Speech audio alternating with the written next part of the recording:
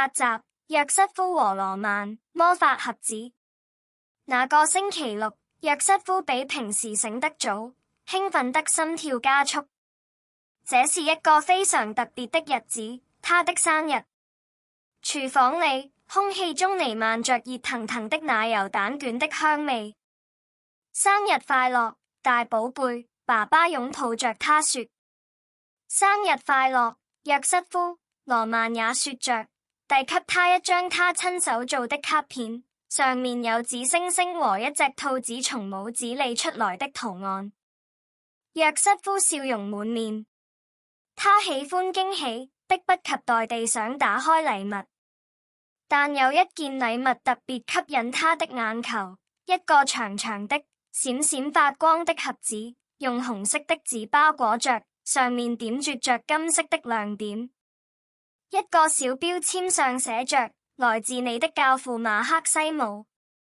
約瑟夫撕開紙，發現了一個精美的木盒，上面刻滿了神秘的符號。盒蓋上寫着魔法入門，面向魔法學徒。這太不可思議了，他驚呼道。他小心翼翼地打開盒子，裡面是一副特殊的紙牌，一根白色尖端的黑色魔杖，一些杯子，一枚假硬幣，一條紅圍巾，一本說明書，甚至還有一個假帽子。你教父告訴我，他在你這麼大的時候就對魔術着迷了，爸爸解釋道。他想把他的熱情傳給你。我要成為一名魔術師，約瑟夫眼裡閃着光芒，興奮地叫道。羅曼尼好奇地探身向前，查看裡面的東西。你打算讓兔子出現嗎？也許吧，或者讓自己消失。約瑟夫笑着回答。剩下的時間很快就過去了。生日派對結束後，約瑟夫和羅曼尼回到房間，他們一起打開說明書，開始學習最初的魔術。這個看起來很簡單，約瑟夫說。消失的硬幣。他把硬幣放在手裡，握成拳頭，然後做了個鬼臉，打開了它。它還在哪兒呢？你必須按照步驟來，羅曼解釋道。看，你得把硬幣藏在假帽子下面。經過幾次笨拙的嘗試和一陣大笑，約瑟夫終於讓硬幣消失了。他像個真正的魔術師一樣舉起了雙臂。瞧，還不錯，羅曼讚嘆道。但你還需要練習。在接下來的幾天裡，約瑟夫對魔術的認真程度近乎科學。每天晚上放學後，他都會對着鏡子練習墊牌，把球傳到杯子下面，或者讓一塊手帕出現在空手裡。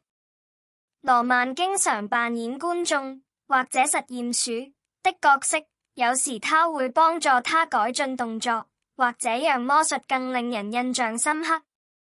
一個星期五的晚上，父母正在客廳和朋友們吃飯，約瑟夫突然跳了起來。表演怎麼樣？他低聲問羅曼尼。你是說現在？沒錯，那張是約瑟夫大帝的盛大首映。羅曼尼欣喜若狂，負責宣布消息。他拍着手走進客廳。女士們、先生們，今晚就有一場精彩的魔術表演，由我哥哥呈現。約瑟夫拿着他的魔杖和從爺爺那裡借來的帽子走進房間。他披着一件媽媽在嘉年華會上用過的舊黑色斗篷。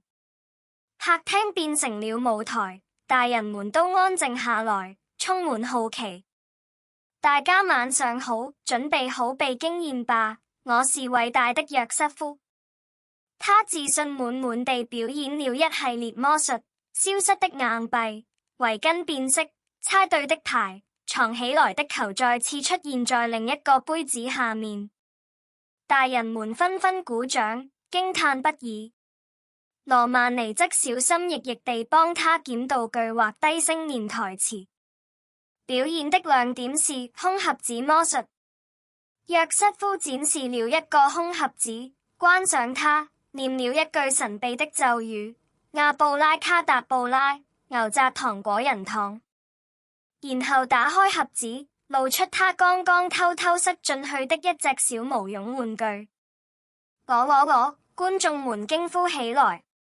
表演結束時，爸爸希納熱烈鼓掌。幹得好，約瑟夫！你真的成功了。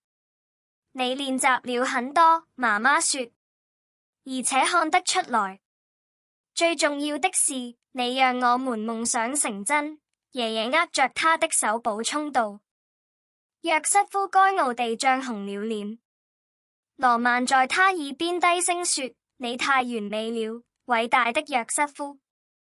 那天晚上，在他們的房間裡，約瑟夫把魔盒放在書架上，放在他最喜歡的書旁邊。